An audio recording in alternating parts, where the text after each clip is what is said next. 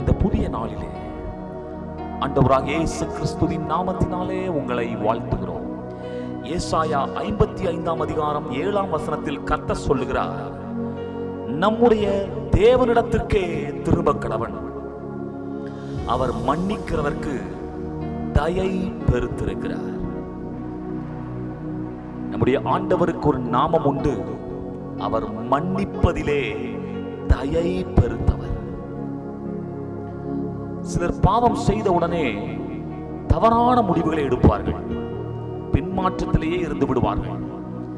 கர்த்தரை விட்டு தூரம் தூரம் சென்று சென்று ஆண்டவருக்கும் அவர்களுக்கும் சம்பந்தமில்லாத ஒரு நிலை உண்டாகிவிடும்.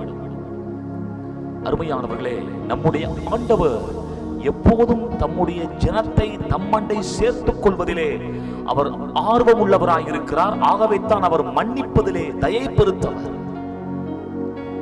யூதாசும் பாவம் செய்தான், பேதுருவும் பாவம் செய்தான்.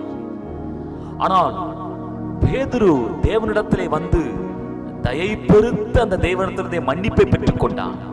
யூதாசோ தவறான முடிவெடுத்தான். ஆகவே இந்த நாளிலும் கூட உங்களுக்கு ஆண்டவர் மன்னிப்பதற்கு ஆயத்தமாயிருக்கிறார், தயை பெருத்திருக்கிறார்.